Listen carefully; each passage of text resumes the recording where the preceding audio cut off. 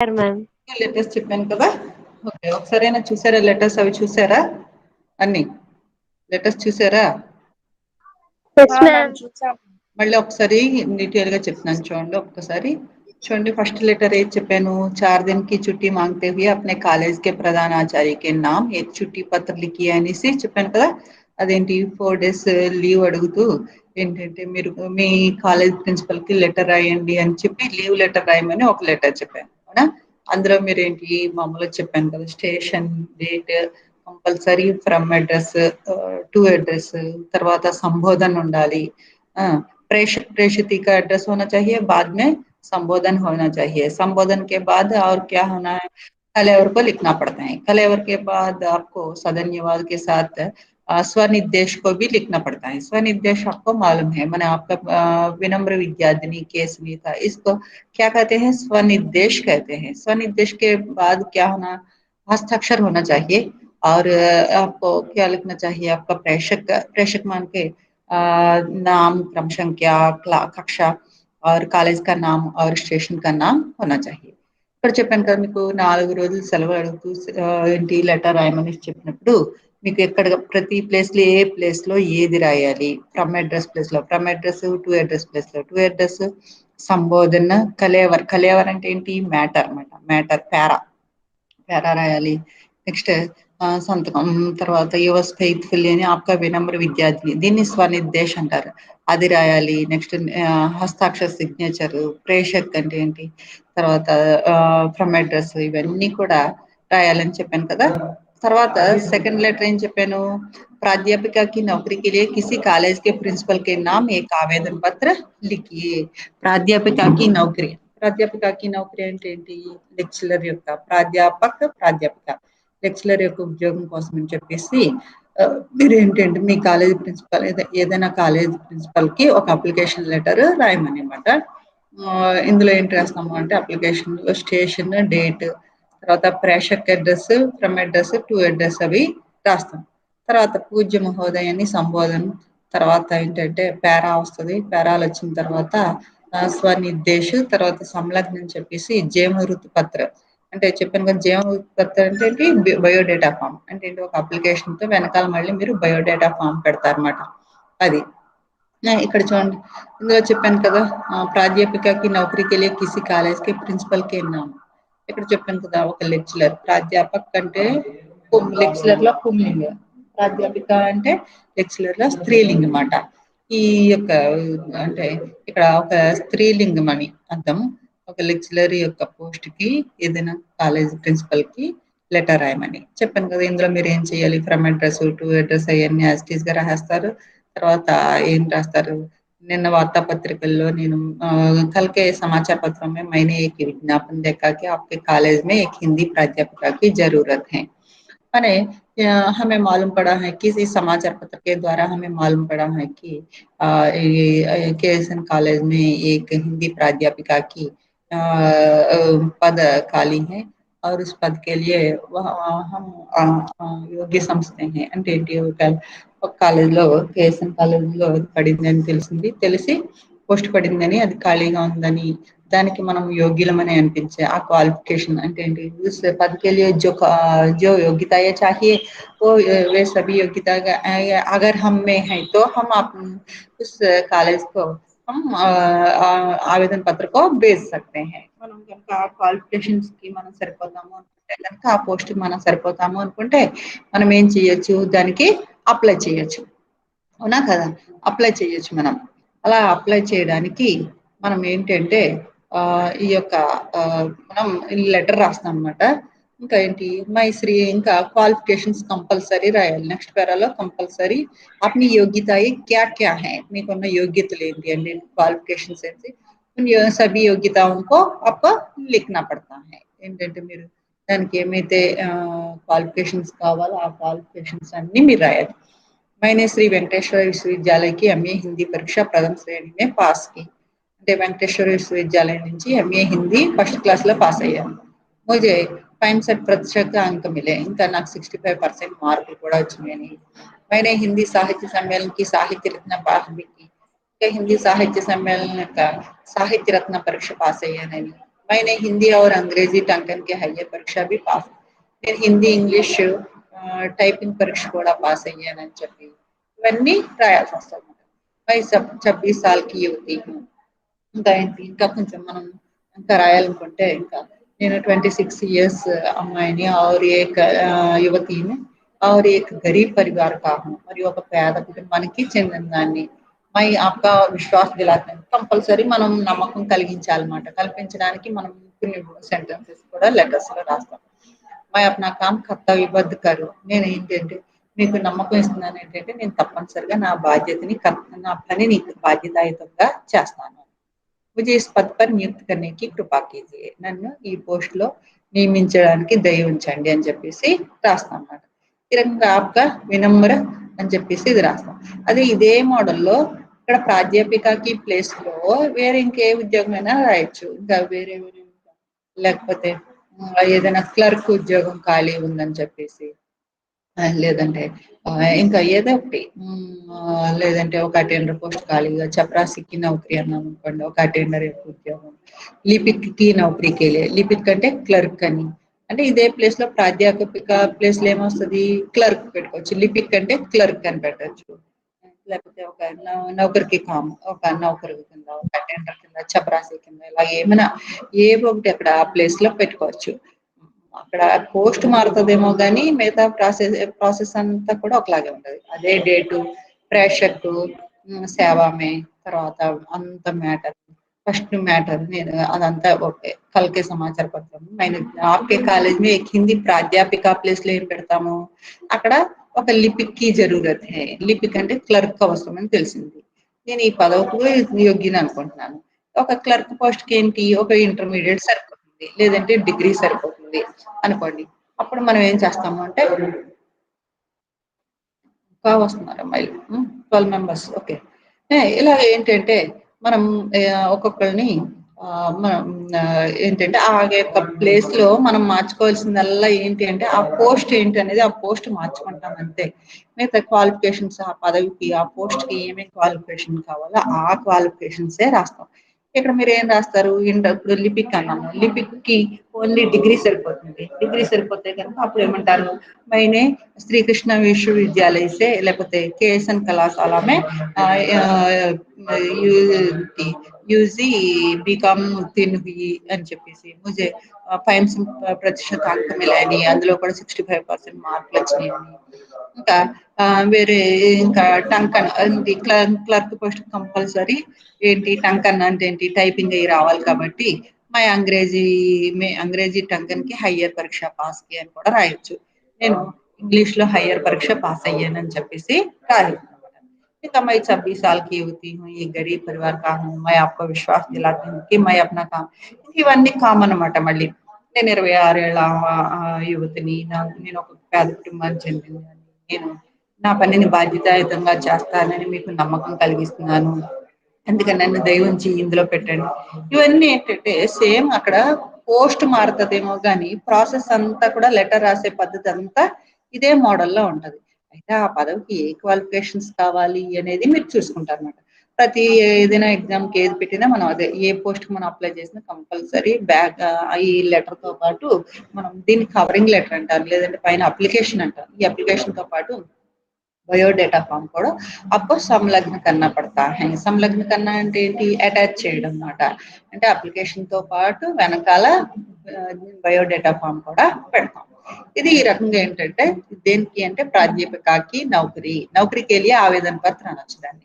ఓకేనా.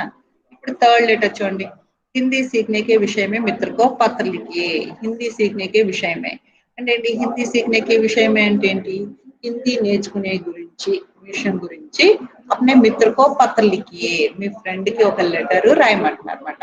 ఎలా అనంతపురం డేట్ అంటే ఏంటి నువ్వు హిందీ నేర్చుకో అని చెప్పేసి నీ ఫ్రెండ్ కి నువ్వు ఒక లెటర్ రాయమంటున్నారు.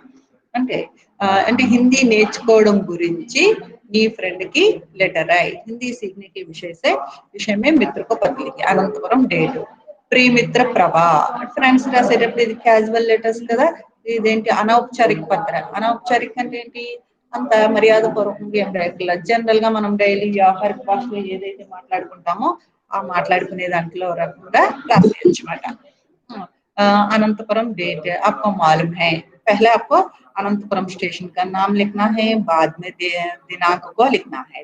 माने 13 फरवरी 1926 ऐसा माने ఏంటంటే మనం 13 फरवरी महीना का नाम जरूर लिखना है। మీకు ఏంటంటే నెల పేరు కంపల్సరిగా రాయాలి, రాసి ఇయర్ రాస్తారు। और संबोधन जरूर होना है। संबोधन माने प्रिय मित्र प्रभा, ప్రియమైన మిత్రురాలైన ప్రభకి ప్రణామ్, ప్రణామ్ అంటే నమస్కారం। ఇది కామన్ గా పెట్టుకోవచ్చు, లేకపోతే పెట్టుకోవచ్చు। यहाँ मैं कुशल हूँ, यहाँ मैं कुशल हूँ అంటే ఇక్కడ నేను కుశలంగా ఉన్నాను। मेरी पढ़ाई भी अच्छी तरह चल रही है అంటే నా చదువు కూడా अच्छी तरह चल रही है అంటే మంచిగా నడుస్తుంది। आशा है कि वहाँ सब कुशल हैं, मैं भी आशा करता हूँ कि वहाँ आप सब लोग कुशल हैं అంటే నేను ఆశిస్తున్నాను ఏంటంటే అక్కడ మీరంతా కూడా కుశలమని అంటున్నాను। ఎందుకంటే ఇది అనౌపచారిక పత్రం కాబట్టి ఫస్ట్ యోగక్షేమాలు మనం అడుగుతాం అన్నమాట।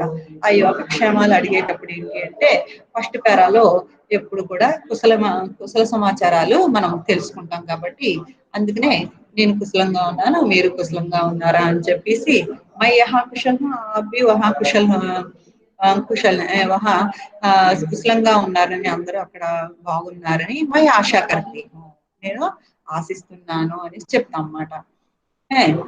यहाँ मेरी कक्षाएं शुरू हो गई हैं, ఇక్కడ నాకు క్లాసులు స్టార్ట్ అయిపోయినాయి। मैं डिग्री में द्वितीय भाषा के रूप में हिंदी को लेकर पढ़ रही हूँ। ఏంటంటే నేను డిగ్రీలో ద్వితీయ భాష के रूप में माने सेकंड लैंग्वेज గా हिंदी को लेकर पढ़ रही हूँ, हिंदी తీసుకొని చదువుతున్నాను। यहाँ हमारे प्राध्यापिका महोदय हिंदी को बहुत ही सरल एवं व्यवहारिक ढंग से पढ़ा रहे हैं। हमारे यहाँ ప్రాధ్యాపిక माने महोदय లెక్చరర్ సాబ్ అనే అంటే మా అధ్యాపకురాలు మా అధ్యాపకురాలు हिंदी को बहुत ही सरल और व्यवहारिक ढंग से, सरल అంటే ఏంటి ఆసానీ से और व्यवहारिक అంటే ఏంటి చాలా తేలికగా అంటే ఈజీగా మాట్లాడుకునే పద్ధతిలో वे पढ़ा रहे हैं ఆమె చెప్తున్నారు। भारत जैसे बहुभाषी देश में हिंदी की आवश्यकता को उन्होंने स्पष्ट किया। भारत लांटी बहुभाषी देश में అంటే ఏంటి ఎన్నో భాషలు, हमारे देश में अनेक भाषाएं बोलने वाले लोग हैं, माने यहाँ अनेक भाषाएं बोलते हैं। हमारा भारत एक विशाल देश है और अनेक भाषाएं बोलने वाले लोग हैं। మన భారతదేశం చాలా విశాలమైన దేశం, ఇక్కడ ఎన్నో భాషలు మాట్లాడే ప్రజలు ఉన్నారు। అయితే इसमें यहाँ क्या है, इन सब लोगों को आपस में अपने भाव और विचारों को संपर्क विचारों को बांटने के लिए एक सामान्य भाषा, एक कॉमन लैंग्वेज सभी को होना चाहिए। అంటే చూడండి ఇక్కడ ఎన్నో భాషలు మాట్లాడేవాళ్ళు, अगर एक भाषा के व्यक्ति दूसरे प्रांत में दूसरे राज्य में जाते हैं तो वह नया हो जाता है। ఒక కొత్త ప్రాంతపు వ్యక్తి అంటే ఒక భాషకు చెందిన వ్యక్తి ఇంకో భాషకు ఇక్కడికి వెళ్ళేటప్పటికి ఏమవుతున్నారంటే కొత్త వాళ్ళు అయిపోతున్నారు అన్నమాట। కొత్త వాళ్ళు అయిపోవడం అంటే ఏంటి దాని అర్థం, ఇక్కడ కొత్త వాళ్ళు అవడం అంటే దాని అర్థం ఏంటి అంటే అప్పుడు ఒక లాంగ్వేజ్ తెలుసు, నాకు ఒకటే వచ్చి తెలుగు, నేను ఏదో వేరే కేరళ అక్కడికి వెళ్ళాను అనుకోండి, అక్కడ వాళ్ళకి తెలుగు రాదు, అప్పుడు నేను అక్కడ అంజాని అంటే ఏంటి తెలియని వాడిని అయిపోతాను। వాళ్ళ భాష మనకు అర్థమవుదు, మన భాష వాళ్ళకి అర్థమవుదు। अपने भाव और विचारों को बांटना बहुत मुश्किल होता है। మన భావాల ఆలోచనలు వాళ్ళతో పంచుకోవడం అంటే చాలా కష్టం అవుతుంది। ऐसा समय क्या होना चाहिए, एक जरूर एक सामान्य भाषा होना चाहिए, संपर्क भाषा चाहिए। अनेक अलग अलग भाषा लोगों को संपर्क करने के लिए एक संपर्क भाषा चाहिए। అనేక వేరు వేరు భాషలు ఉన్నారు, అందరూ కలిసిమెలిసి మాట్లాడుకోవాలి అంటే ఒక సంపర్క భాష అనేది కావాలి। ఆ సంపర్క భాష యొక్క స్థానాన్ని ఎవరు పూర్తి చేస్తున్నారు అంటే హిందీయే పూర్తి చేస్తుంది। భారత్ జైసే బహుభాషీ దేశ్ మే హిందీ కి ఆవశ్యకత ఉందనే స్పష్ట అంటే భారతదేశం లాంటి ఎన్నో భాషలు ఉన్నాయి, ఈ ప్రాంతంలో హిందీ యొక్క అవసరాన్ని వీళ్ళందరూ అంటే హిందీ యొక్క అవసరాన్ని మా యొక్క అధ్యాపకురాలు స్పష్ట కియా, ఉన్హోనే స్పష్ట కియా, ఆమె స్పష్టంగా చెప్పారు। हिंदी भाषा की संवैधानिक स्थिति राजभाषा हिंदी आदि विषयों से अब मैं परिचित हो रहा हूँ। హిందీ భాషకి అంటే ఏంటి రాజ్యాంగంలో ఉన్న హిందీ భాషకు ఉన్న స్థానాన్ని అంటే మన రాజ్యాంగంలో ఉంది ఏంటంటే హిందీ మన యొక్క రాజభాషగా ఉంది। రాజభాష అంటే ఏంటి అఫీషియల్ లాంగ్వేజ్, మన భారతదేశంలో అఫీషియల్ గా నడిచే భాష ఏంటంటే ఆఫీస్ వర్క్లకి అన్నిటికీ ఉపయోగించే భాష హిందీ భాష। అంటే ఏంటి చట్టబద్ధం, రాజభాష మన భారతదేశ రాజభాష హిందీ అనేది ఒక చట్టబద్ధం। అయితే అని అందరూ అయితే అప్పుడు ఏంటంటే మన రాజ్యాంగంలో ఏమిచ్చింది, ఇంకో 10 ఏళ్ళు ఇంగ్లీష్‌లో చేయండి. హిందీ అలవాటయ్యే వరకు అని. అంటే అలా ఇంగ్లీష్‌లో అలా నడుచుకుంటూ వస్తుందన్నమాట. అయితే కామన్‌గా అయితే మన రాజభాష హిందీనే. మనం హిందీలో ఏ లెటర్ రాసినా ఏ స్టేట్ వాళ్ళైనా ఒప్పుకోవాల్సిందే. ఇలాగా మన యొక్క రాజ్యాంగంలో హిందీ భాష గురించి ఉన్న ఏమైతే ఉన్నాయో రూల్స్ అండ్ రెగ్యులేషన్స్ అంటే ఏంటి అనుచ్ఛేద్ అధినియం అంటాం. వీటిని ఏంటంటే చట్టాలు ఇవన్నీ అంటారు కదా, ఇవన్నీ కూడా ఆ, ఆ, అన్నిటి గురించి కూడా మా టీచర్ చెప్పారు. రాజభాష స్థానం ఏంటి, హిందీ ఏంటి, హిందీ అసలు హిందీ కొన్న స్థానం ఏంటి, सभी विषयों को हमें परिचित कराया है మొత్తం అన్ని విషయాలు మాకు పరిచయం చేశారు. అగली बार जब हम मिलेंगे तो जरूर इन सब बातों को చర్చా करूंगा. నెక్స్ట్ టైం మనం ఎప్పుడైతే కలుస్తామో కలిసినప్పుడు నేను తప్పనిసరిగా ఈ విషయాలన్నీ నీకు అన్ని చెప్తాను. आशा है कि तुम भी आज से हिंदी सीखना आरंभ करोगे.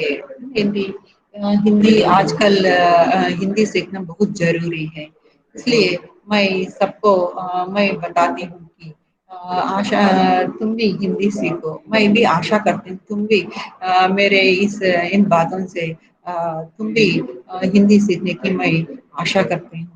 అంటే ఏంటి చూడండి కూడా ఏంటంటే మనకి హిందీ యొక్క ఆవశ్యకత జరూర్ है చాలా ఉంది. आजकल के इस दुनिया में हिंदी सीखना मैंने आजकल के भारत में हिंदी सीखना बहुत जरूरी है.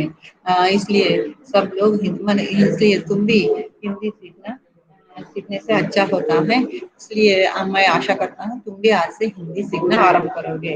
నేను ఆశిస్తున్నాను ఏంటంటే ఈ రోజు నుంచి నువ్వు కూడా హిందీ నేర్చుకుంటావని నేను ఆశిస్తున్నాను. ఏంటంటే ఈ రకంగా ఏంటంటే హిందీ యొక్క అవసరం గురించి చెబుతూ హిందీ నేర్చుకోమని చెప్తూ ప్లస్ మా కాలేజీలో హిందీ టీచర్ బాగా చెప్తున్నారు మాకు ఇవన్నీ చెప్పారు అని చెప్పి లెటరు రాస్తామన్నమాట. అలా రాస్తుంది ఇంకా లాస్ట్ లో ఏమంటాం తుమ్హారా ప్రియ మిత్ర. మిత్ర అని చూడండి, మిత్ర పుంలింగ, మిత్ర స్త్రీలింగ. ఓకేనా, మిత్ర అంటే స్నేహితుడు, మిత్ర స్నేహితురాలు, మిత్ర का स्त्रीलिंग शब्द क्या है मित्रा. ऐसा अध्यापक का स्त्रीलिंग क्या है अध्यापिका. प्राध्यापक का स्त्रीलिंग क्या है प्राध्यापिका. ఇలా ఏంటంటే స్త్రీలింగ పుంలింగ శబ్దాలు ఉన్నాయన్నమాట. తర్వాత తుమ్హారా ప్రియ మిత్ర రే ప్రతిభ అని చెప్పేసి పత అని చెప్పి ఏంటంటే కే ప్రతిభ అని అడ్రస్ మొత్తం కాలనీ పేరు అనంతపురం ఇవన్నీ అని చెప్పేసి మనం లెటర్ రాస్తాం అన్నమాట. ఈ రకంగా ఏంటంటే हिंदी सीखने की विषय के में मित्र को पत्र लिखिया అంటే హిందీ నేర్చుకునే హిందీ సబ్జెక్ట్ నేర్చుకోవడం గురించి ఫ్రెండ్ కి లెటర్ రాయమంటే ఇలా రాస్తాం. और चौथा लेटर क्या है, किसी पुस्तक के विक्रेता के नाम पर आवश्यक पुस्तकें मांगते हुए भेजने के लिए पत्र लिखिए.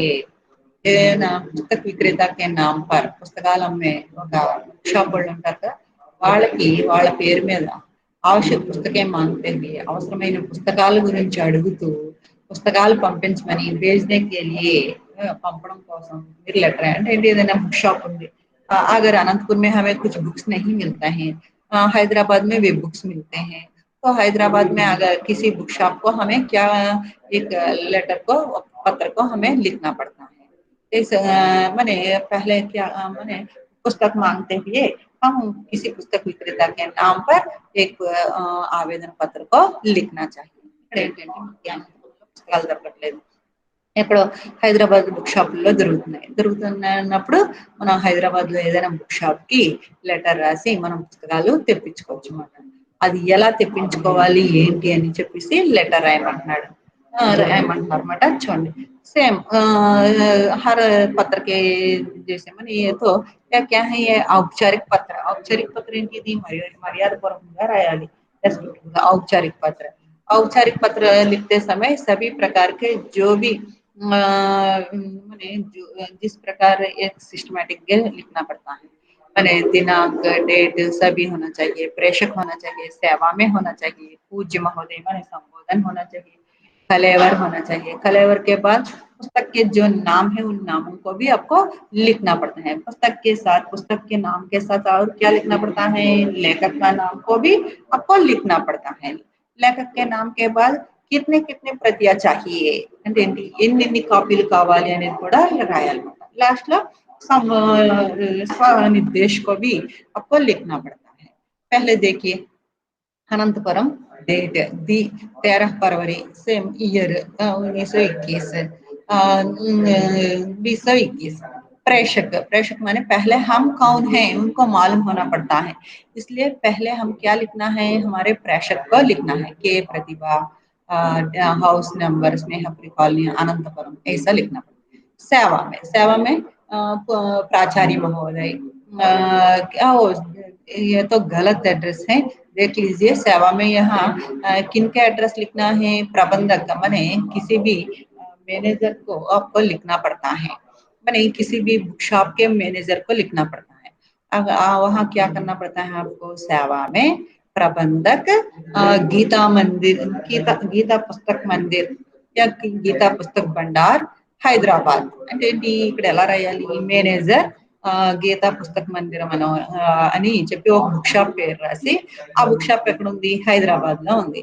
ఆ Hyderabad address book shop address రాయాలన్నమాట. సేవామే అని టూ అడ్రస్ ఏం రాస్తాము, ప్రబంధక్ అని మేనేజర్ బుక్ షాప్ మేనేజర్ కి రాస్తున్నాము. రాసినప్పుడు ఆ బుక్ షాప్ మేనేజర్ అని చెప్పి తర్వాత ఆ యొక్క బుక్ షాప్ పేరు రాసి అనంతపురం అని రాస్తాం.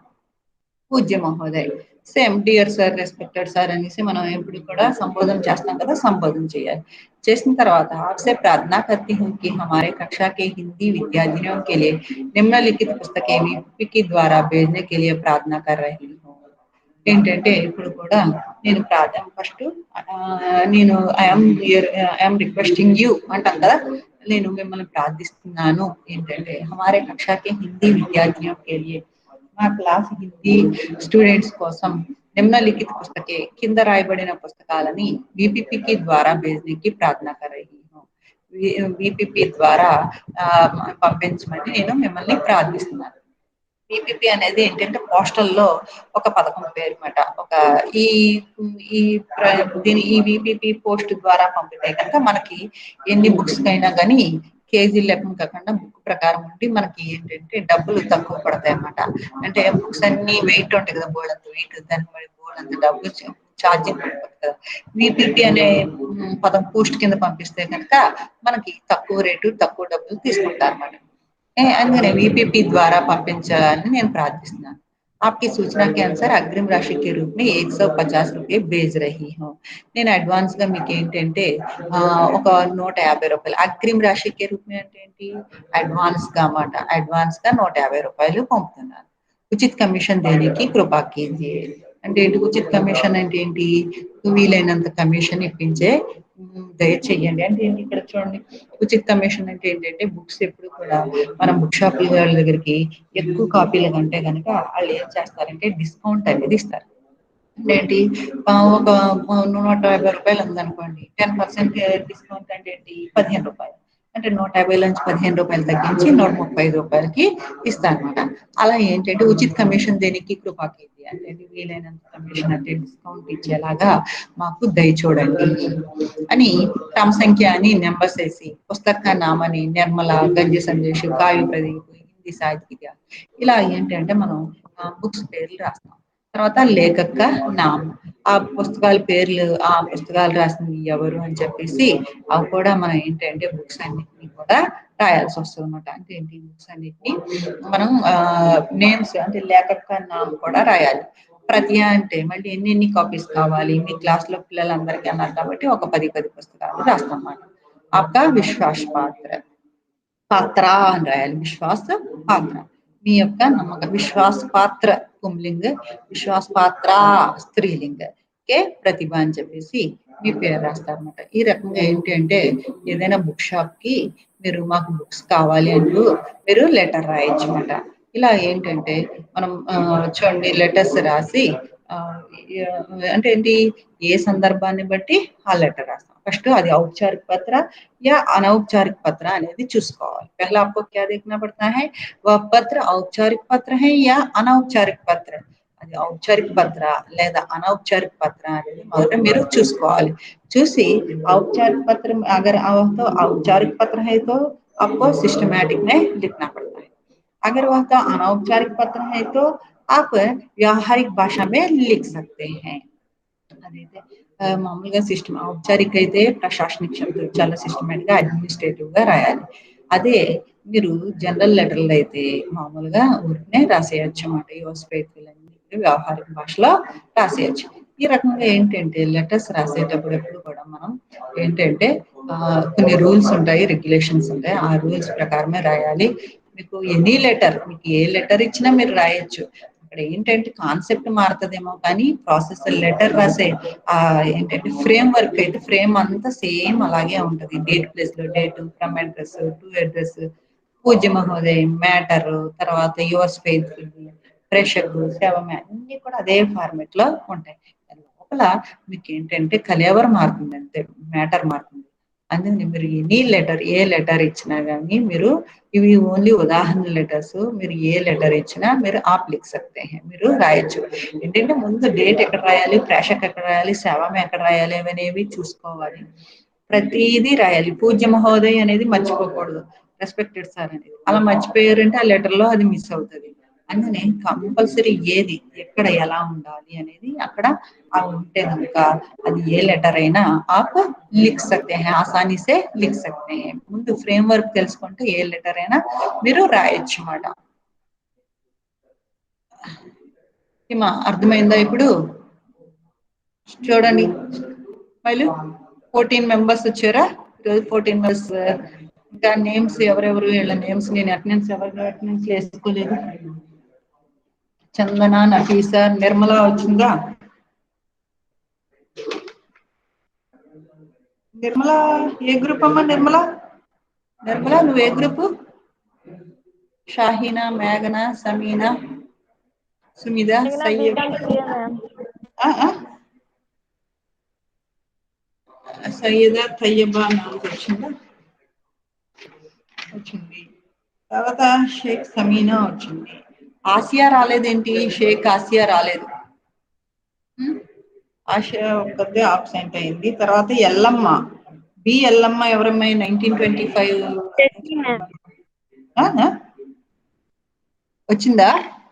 రాలేదు మ్యామ్, క్లాస్ కి అటెండ్ కాలేదు మ్యామ్. రావట్లేదు కదా, ఆ అమ్మాయి రావట్లేదు. ఎల్లమ్మ అమ్మాయి ఒకటి ఫోన్ చేసి కనుక్కోవాలమ్మా, ఫోన్ లిఫ్ట్ చేయట్లేదు ఫోన్ చేస్తుంటే. ఆసియా రాలేదేంటి? షేక్ ఆసియా. మ్యామ్ అమ్మాయికి మొబైల్ లేదు మ్యామ్. మొబైల్ లేదా? Yes ma'am. ఇంట్లో పేరెంట్స్ దగ్గర కూడా ఎవరి దగ్గర లేదంటారా? అడిగి కనుక్కొని చెప్తా మ్యామ్ ఆ పాప ఈరోజు ఫోన్ చేసి. నెంబర్కి ఒకవేళ నంబర్ ఉంటే కనుక నాకు వాట్సాప్ లో పెట్టండి, నేను ఆ అమ్మాయితో కూడా మాట్లాడతాను. Yes ma'am. 14 మెంబర్స్ ఈరోజు బాగానే వచ్చారు. 14 మెంబర్స్. మ్యామ్ ఎల్లమ్మ గ్రూప్ లో లేదు మ్యామ్. గ్రూప్ లోనే లేదా? ఎస్ మ్యామ్, యాడ్ చేయమని చెప్పాం మ్యామ్. మరి గ్రూప్ లోనే లేదా అమ్మాయి? Yes ma'am. సో అందుకే క్లాస్ జాయిన్ కావడం లేదు. జాయిన్ కావట్లేదు. ఆసియా కూడా, ఆసియాకి ఆసియా ఫోన్ లేదు అంటున్నారు కదా మ్యామ్. ఫోన్ తనకి లేదు లేదా? మ్యామ్ ఆసియాకి అయితే. ఆసియా కూడా ఫోన్ లేదా? Yes ma'am. Okay okay. ఏమో క్విజ్ నిన్న పెట్టిన క్విజ్ లో 2 బిట్లు అవి రాంగ్ అయినాయి కదా, అది ఆన్సర్ తప్పు సెలెక్ట్ చేశాను. ఈ రోజు మళ్ళీ అన్ని కరెక్ట్ చేసేసాను. అందరూ కూడా ఈ రోజు ఆ క్విజ్ పూర్తి చేయండి, సరేనా? అందరూ ఓకే కూడా మ్యామ్. పూర్తి చేయండి. దాన్ని బట్టి ఏంటంటే అందులో మార్క్స్ వచ్చిన దాన్ని బట్టి ఆ మార్క్స్ ఎంటర్ చేసుకుంటాను నేను, ఓకేనా? అది ఒక ఎగ్జామ్ అన్నట్టు. నెక్స్ట్ క్లాస్ లో రేపు పొద్దున్నేమో కహానీ మంజరి. ఇప్పుడు ఏంటి ఓకే పెట్టాను? ఈ మూడిట్లో ఏది ఓన్లీ 3 లెసన్స్ లో పెట్టాను. ఏ 3 లెసన్స్? సాహిత్యకి మహత్త, సచ్చి వీరత, తర్వాత మిత్రత, ఈ మూడిట్లకే పెట్టాను అనమాట. అర్థమైందా?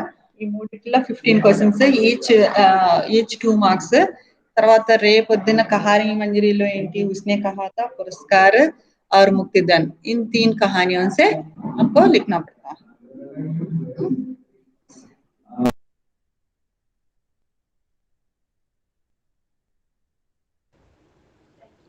మ్యామ్ నాది కూడా హిందీ గ్రూప్ లో లేదు మ్యామ్, యాడ్ చేయండి మ్యామ్ ప్లీజ్ మ్యామ్. ఒక నిమిషం ఉండండి, సార్ చెప్తున్నారు. ఒకసారి అనౌన్స్మెంట్ ఒకసారి ఆగండి.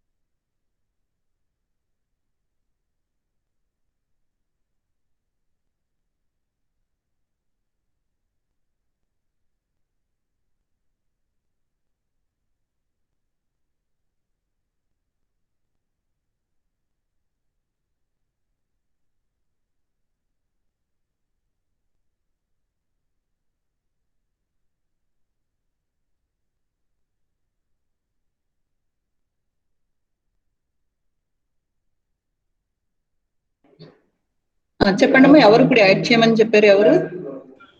మ్యామ్ ఎం చందన మ్యామ్. చందన ఉంది కదా, ఎం చందన ఉంది కదా. అది అక్కది మ్యామ్. మొన్ననే మొబైల్ కొనుక్కున్నా మ్యామ్. ఇది లేదు మ్యామ్, అది అక్క దాంట్లో ఉంది మ్యామ్. ఓకే ఓకే, నాకు వాట్సాప్ లో పెట్టండి అమ్మా, నెంబర్ అయి పెడితే నేను మళ్ళీ యాడ్ చేస్తాను. సరేనా? పెట్టాను మ్యామ్ మార్నింగ్ మీకు. మార్నింగ్ పెట్టావా? చూడలేదు నేను, చూస్తాను. సరే చూసి మళ్ళీ మీకు నేను చెప్తాను. మెసేజ్లు పెట్టారు కదా మీరు. నెక్స్ట్ ఈ రోజు నేను అది పెడతాను కదా, క్విజ్ పెట్టింది, అది ఫిల్ చేయండి అందరు. ఓకేనా? Okay ma'am. సరేనా? ఓకే, నెక్స్ట్ క్లాస్ ఉంది, అన్ని క్లాస్ ఇంకా ఆఫ్ చేస్తున్నాను. సరేనా? Okay ma'am, thank you ma'am. Letters అందరూ లెటర్స్ అందరూ క్లియర్ గా అర్థమైనాయి కదా? ఎస్ ఏం మ్యామ్. డౌట్ లేదు కదా? ఏం డౌట్ లేదు కదా? ఓకేనా? సరే మరి, ఓకే మరి. Thank you ma'am. Thank you ma'am. Okay మరి, ఓకే మరి. ఓకే.